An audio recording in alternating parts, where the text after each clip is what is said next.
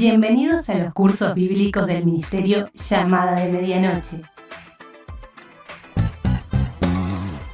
Una propuesta nueva para conocer y entender las Sagradas Escrituras y dar crecimiento a pastores, misioneros y a toda persona que quiere estudiar y crecer en su vida cristiana.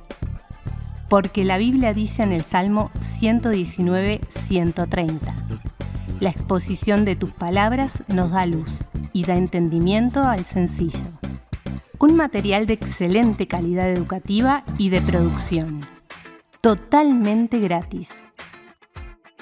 Por más información, www.llamadaweb.org o búscanos en nuestras redes sociales, Facebook, Twitter, Instagram y YouTube.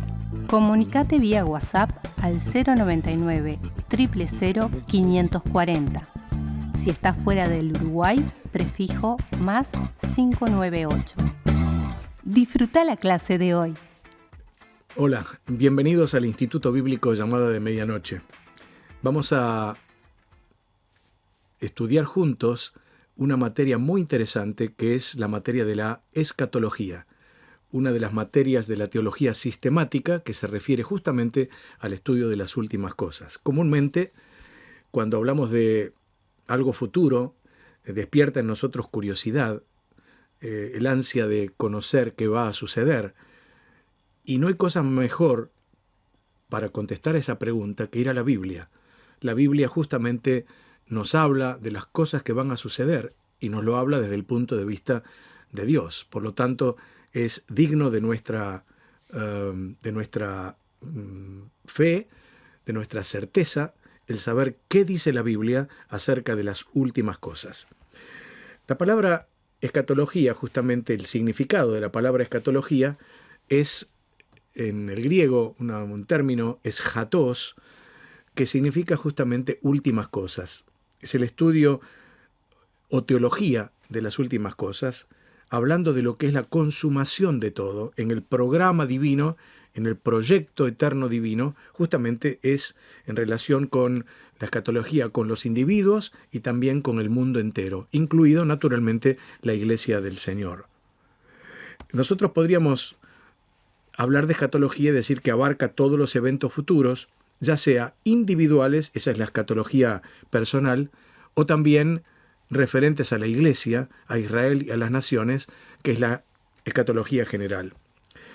Permítanme, antes de comenzar con la materia, sugerirles algunas cosas en cuanto a la bibliografía de la materia.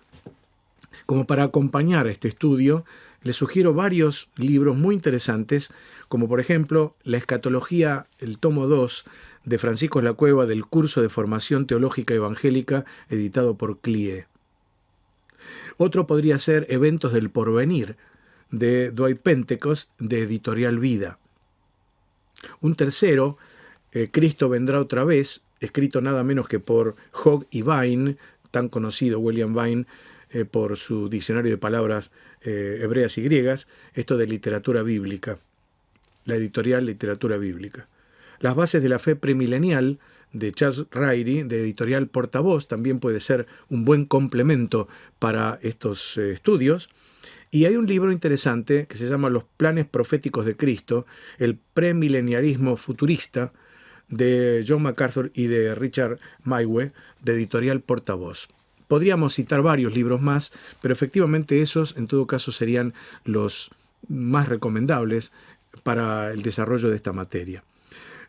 Hay otro libro que es Profecía en el Nuevo Milenio, de Balburd, de Llamada de Medianoche, que también podemos utilizar para complementar esta materia, y también El Triunfo del Crucificado, de Editorial Portavoz, de Eric Sauer. Bueno, como les decía, hay otros libros, pero estos son interesantes y fundamentales en todo caso para ampliar esto que vamos a ir diciendo en cuanto a la materia de escatología. Decíamos entonces, volviendo a repetir, que escatología, eschatos, significa las últimas cosas, es el estudio de las últimas cosas, y como les decía también, hay una división de escatología personal y escatología general. En escatología personal podemos hablar de la muerte, el estado intermedio, el cielo y el infierno. En escatología general hablamos de la segunda venida de Cristo, el día del Señor y los juicios escatológicos. Comencemos hablando entonces la escatología personal, es decir, los acontecimientos que ocurren después de la muerte del individuo, lo que es el estado intermedio entre la muerte y el destino final, y justamente luego ese destino final que puede ser o el cielo o el infierno. La muerte. Vamos a hablar un poco de la muerte, por mucho que nos disguste hablar sobre este tema, es un tema que tenemos que abarcar, está en la Biblia y es necesario que lo estudiemos brevemente. El hombre es mortal, pero al mismo tiempo inmortal, en el sentido de que su vida es permanente, es perenne. Su vida o su muerte, podríamos decir, también es permanente. La muerte es un tema real, pero muchas veces no tomado en cuenta por el hombre sin Dios. Existen aquellos que son ateos, aquellos que niegan totalmente a Dios y todo lo que sea relacionado con Dios. Los agnósticos, que en todo caso dudan sobre la vida después de la muerte, todos estos acontecimientos que tienen que ver con Dios y con el ser humano, en esa relación entre Dios y el ser humano. Sin embargo, la Biblia explica exhaustivamente el tema de la muerte. Otros conceptos no bíblicos sobre este asunto podrían ser el hablar del materialismo. El materialismo, el hombre sostiene que es un ser material, que se extingue con la muerte, que después de la muerte no hay nada, y entonces solo existe lo perceptible por los sentidos del hombre y lo que puede ser comprobado empíricamente, científicamente. Para el materialista, entonces, lo único que importa es el disfrutar de la vida. Después de todo, al final, después de la muerte, todo se termina, todo ha acabado. Como dice 1 Corintios 15:32, comamos y bebamos y luego moriremos. Es el razonamiento del hombre natural. Dice Eclesiastés capítulo 3 y versículos 19 al 22, porque lo que sucede a los hijos de los hombres y lo que sucede a las bestias, un mismo suceso es. Como mueren los unos, así mueren los otros, y una misma respiración tienen todos. Ni tiene más el hombre que la bestia, porque todo es vanidad, es correr contra el viento. Todo va a un mismo lugar, todo es hecho del polvo, y todo volverá al mismo polvo. ¿Quién sabe que el espíritu de los hijos de los hombres sube arriba y que el espíritu del animal desciende abajo a la tierra? Obviamente, son dudas, no que presente la palabra de Dios definitivamente, sino que están desde el punto de vista del hombre natural, del hombre debajo del sol, que es el razonamiento, al menos de los primeros capítulos del libro de Eclesiastés. De todos modos, esto refleja, decíamos, un pensamiento materialista. Pero también hay otro concepto que es el existencialismo. Y cuando hablamos del existencialismo estamos hablando de esa filosofía que significa o que interpreta al ser humano arrojado a la existencia desde la nada absoluta, lo que se suele llamar el nihilismo, de la nada absoluta, el vacío completo. La única certeza es que el hombre está abocado a la muerte, es decir, a la nada, con lo cual el hombre es un ser destinado a la muerte. Podríamos hablar del concepto de la reencarnación que sostienen algunas religiones orientalistas. Estaba enmarcado en el esoterismo, justamente en el orientalismo, y donde el alma puede habitar sucesivamente en diferentes cuerpos, se reencarna en sus diferentes cuerpos, sucesivamente. Consecuencias para la próxima vida y de las anteriores que se viven en esta vida, es lo que se recoge entonces en futuras vidas o lo que se trae de vidas anteriores. El objetivo puede llegar a ser purificarse hasta el principio divino universal que ellos denominan el nirvana. Pero entonces, contrastando con todos estos conceptos, miremos cuál es el concepto bíblico sobre la muerte. Y cuando hablamos de eso, entonces vamos a ver que la Biblia habla de la vida como existencia, mientras que la muerte es separación. El significado de muerte siempre es separación. Cuando hablamos de vida eterna, hablamos de una existencia consciente en comunión con Dios. Cuando hablamos de muerte eterna, hablamos de una existencia consciente en separación de Dios. Otra vez, vida contra muerte. La vida la vida de Dios, la vida eterna, contra la muerte eterna, la separación primero física y luego eterna de Dios. La palabra vida es una interesante palabra en el griego porque en nuestras Biblias comúnmente aparece siempre la misma palabra, vida, vida, vida. Sin embargo, en el griego hay por lo menos 3 conceptos destacables. Uno es la palabra bios, el segundo es la palabra psige y el tercer término es la palabra zoe. Cuando hablamos de bios, estamos hablando de la vida biológica. Y fíjense, en un versículo como Lucas, el capítulo 8 y versículo 14, dice que los afanes y las riquezas y los placeres de la vida, se está hablando justamente de la vida biológica. Ahí el término es bios. Cuando vamos a Mateo capítulo 6 y verso 25, leemos esto: el Hijo del Hombre no vino para ser servido, sino para servir y para poner o dar su vida en rescate por muchos. Y ahí la palabra vida es la vida del alma, es la psige, de ahí viene la palabra psiquis, psicología, etc. La psige. Pero la tercera palabra, que es la más importante y la más abundante en el Nuevo Testamento, es la palabra zoe en griego, que significa la vida completa, la vida de Dios, la vida eterna.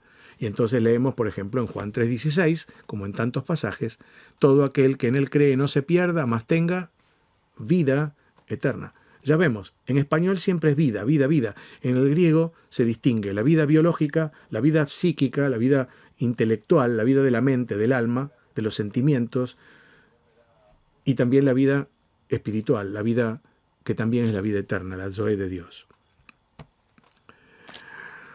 Hay algunos conceptos erróneos en cuanto a la muerte. Se piensa que la muerte es cesación de vida.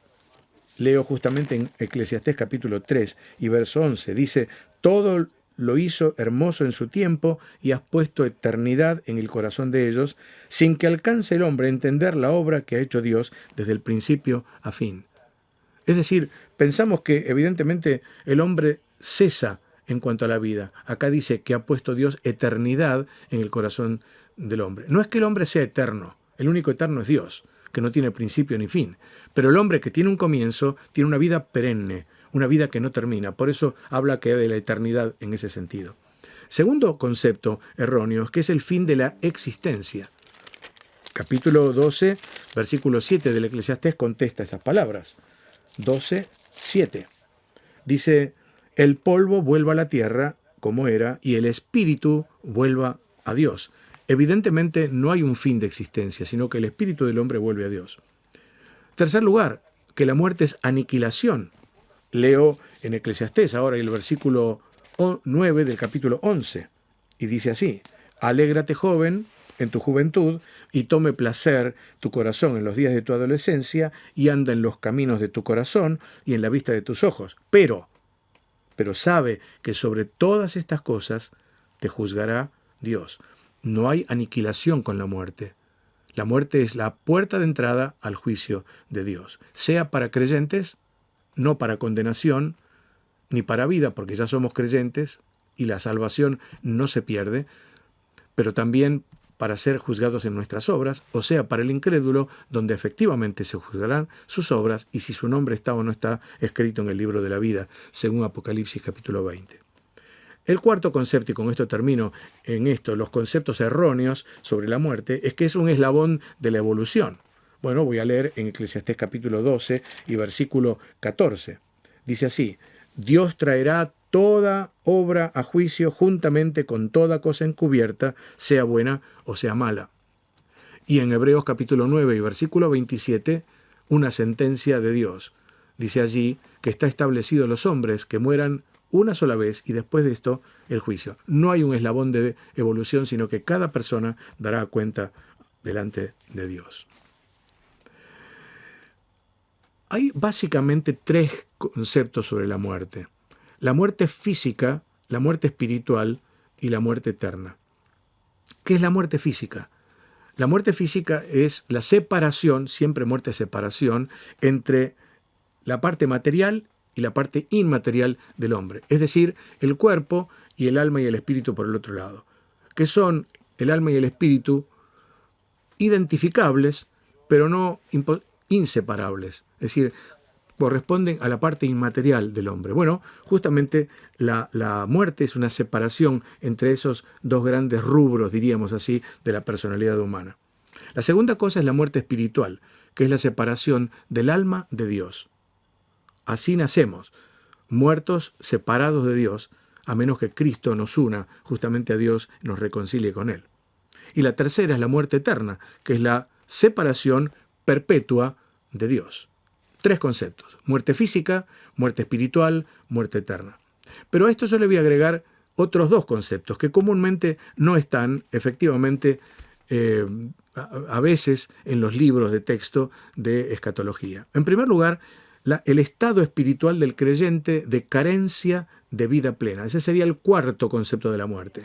Estado espiritual del creyente de carencia de vida plena. Voy a leer un versículo en 1 Timoteo, el capítulo 5 y el versículo 6, donde el apóstol está hablando allí de las viudas. Curiosamente, parecería que no tiene nada que ver con nuestro tema, pero fíjense cómo dice 1 Timoteo capítulo 5 y verso 6.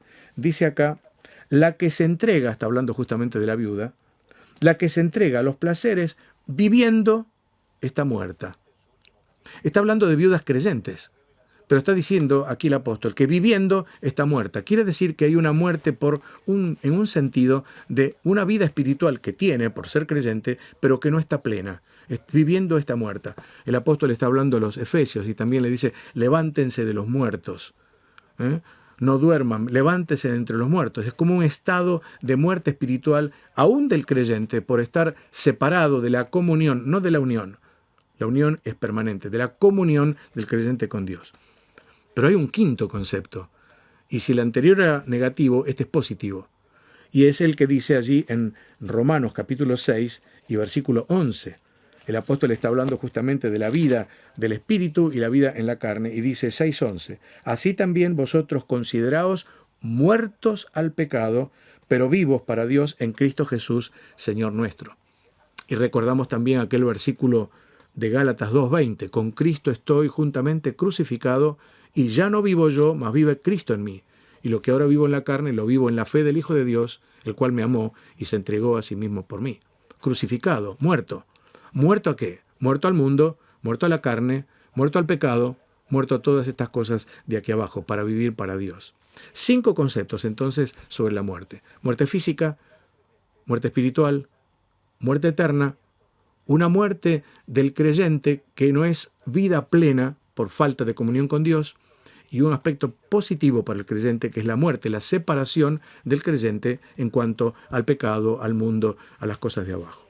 Cuando hablamos justamente y abundo un poquito más en este estado de muerte de carente de vida plena, ¿es por qué? Bueno, por varios asuntos. En primer lugar, alejamiento de Dios. El creyente puede vivir la vida cristiana, pero alejado del Señor, en un estado, decíamos entonces, de una comunión no perfecta con el Señor. En segundo lugar, la carnalidad del creyente. El vivir en la carne, para los deseos de la carne, el pensar en las cosas de abajo, como dice Colosenses capítulo 3. En vez de orientar nuestra mirada hacia las cosas de arriba, orientarla hacia las cosas de abajo, hacia las cosas temporales, las cosas del mundo, las cosas de la carne, inclusive, que es esa tendencia natural que tiene el creyente de vivir para su naturaleza, para los deseos a veces irrefrenables de su naturaleza caída. Vivir en pecado, ya no como algo esporádico, sino como un estado de pecado. Justamente allí la palabra del Señor dice que el creyente no peca. Bueno, ese es el estado lógico de un creyente. No peca no significa que sea impecable, que no tenga ningún pecado, sino que no esté en ese estado de pecado. No digo pecados que todos cometemos, voluntaria o involuntariamente. Digo pecado como una situación, como un estado de pecado. Y finalmente, lo peor de todo esto es que puede haber todas estas cosas, porque como decíamos, nuestra naturaleza no se convierte nunca, la llevamos con nosotros hasta la venida del Señor, hasta que seamos transformados. Lo peor es que ese estado de falta de comunión es por justamente falta de confesión y consecuentemente del perdón del Señor. ¿Por qué? Porque si confesamos nuestros pecados, dice la Biblia, Él es fiel y justo para que perdone nuestros pecados y nos limpie de toda maldad. El hecho de no hacerlo es justamente permanecer en un estado de pecado, no confesado y naturalmente de alejamiento del Señor. Con lo cual existe una especie de muerte, si no lo es exactamente, en el sentido de separación de esa comunión con Dios. Pero entonces déjenme ahora ver el lado positivo, abundar un poquito en ese lado positivo de estos dos conceptos que no son demasiado vistos en los manuales de escatología. En primer lugar, la muerte al pecado. Dice Romanos capítulo 6, versículo 1. ¿Qué pues diremos? ¿Perseveraremos en el pecado para que la gracia abunde?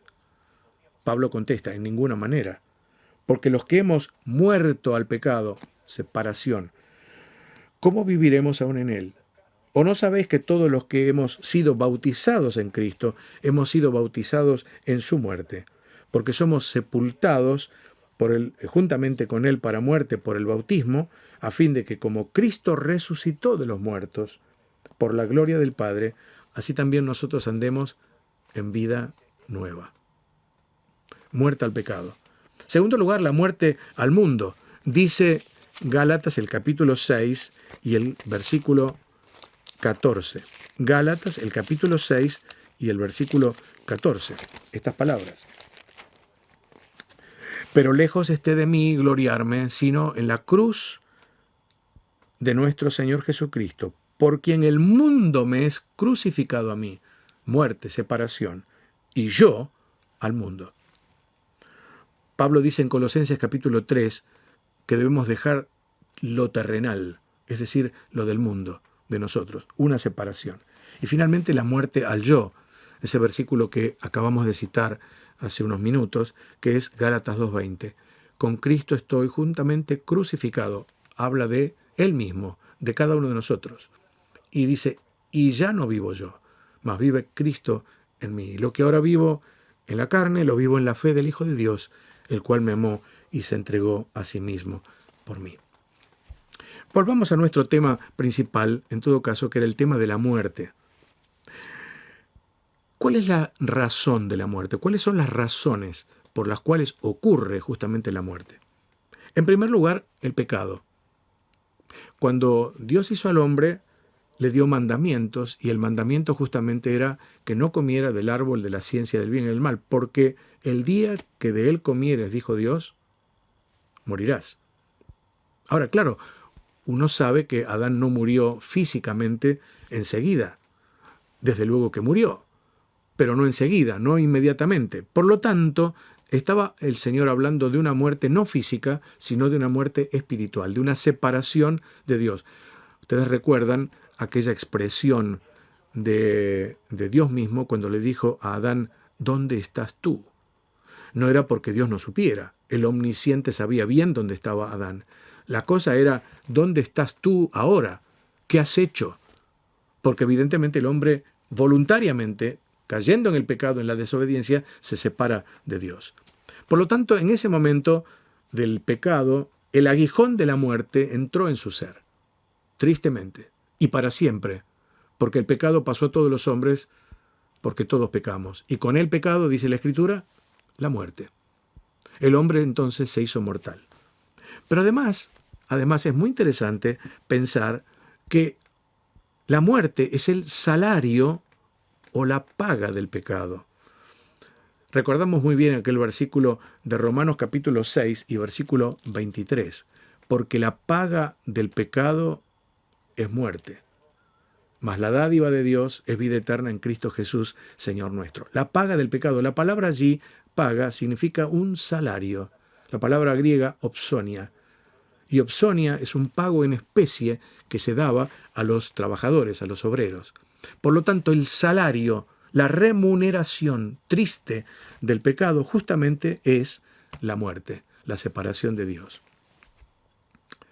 Bueno, hablamos de la muerte en general, pero pensemos un poco en la muerte para el creyente, para aquel que ya es creyente en Cristo.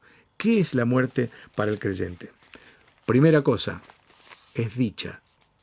Parece sorprendente. A ninguno de nosotros se nos ocurre desear la muerte, a menos que sean circunstancias muy, muy especiales. Sin embargo, bueno, ¿y esto es por qué? porque fuimos hechos para la vida, definitivamente fuimos hechos para la vida. Pero la muerte para el creyente, cuando llega, cuando ocurre, es dicha. Por eso dice Apocalipsis, el capítulo 14 y el versículo 13, estas palabras. Oí una voz que desde el cielo me decía, escribe, bienaventurados, dichosos, de aquí en adelante los muertos que mueren en el Señor. Sí, dice el Espíritu, descansarán de sus trabajos porque sus obras con ellos siguen. El segundo concepto es dormir.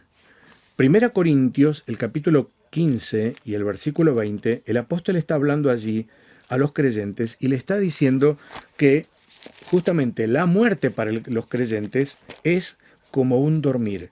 15:20 de 1 Corintios. Dice, mas ahora Cristo ha resucitado de los muertos, primicias de los que durmieron es hecho.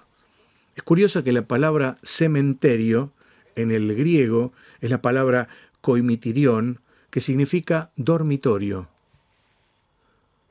Dormitorio. Por lo tanto, para el creyente, la muerte no es más que un dormir en Cristo. Un dormir hasta que despierte en la presencia del Señor. Y en tercer lugar, podríamos decir que la muerte para el creyente es un viaje. 1 Pedro, capítulo 2 y versículo 1, nos dice el apóstol estas palabras, versículo 11, nos dice estas palabras.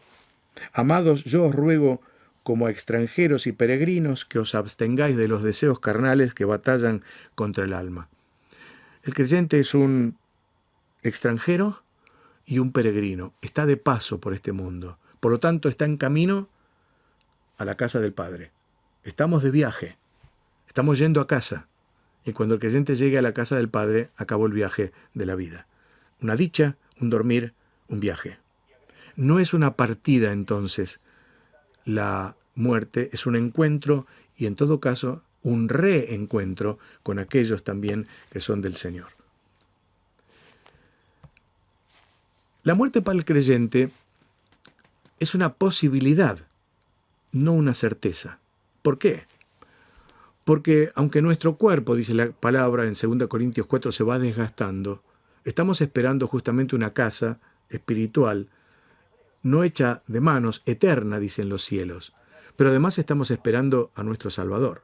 Por lo tanto, es una posibilidad, pero no una certeza, porque si viene Cristo, y el apóstol Pablo dice en 1 Tesalonicenses 4, los que quedamos, los que hayamos quedado hasta la venida del Señor, seremos arrebatados juntamente con aquellos que durmieron y son resucitados.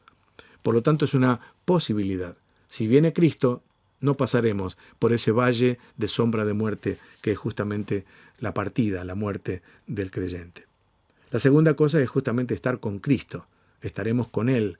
Por lo tanto, es una bendición grande el pensar que después de ese valle de sombra de muerte nos encontraremos con el pastor de nuestras almas.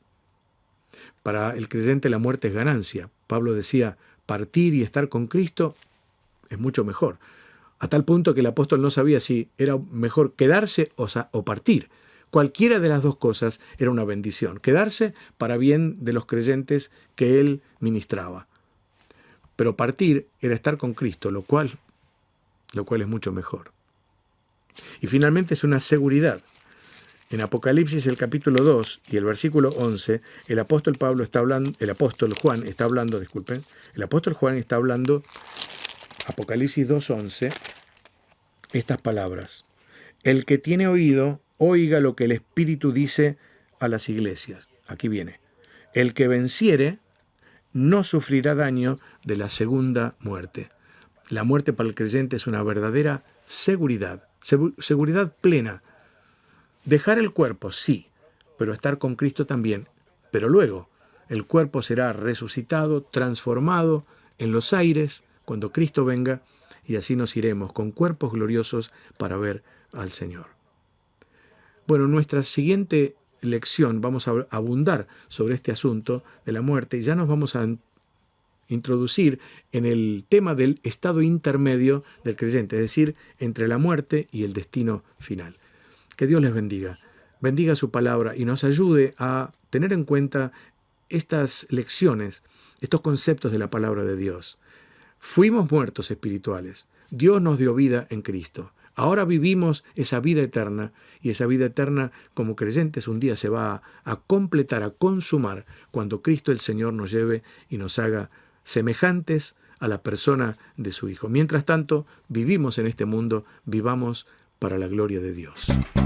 Esperamos que esta clase haya sido de edificación. Recuerda que en nuestra página web www.llamadaweb.org podrás encontrar el complemento de esta clase con las notas y material extra. Busca la pestaña Cursos Bíblicos y regístrate para tener más material totalmente gratis. Gracias a todos los que ofrendan para que este material siga produciéndose.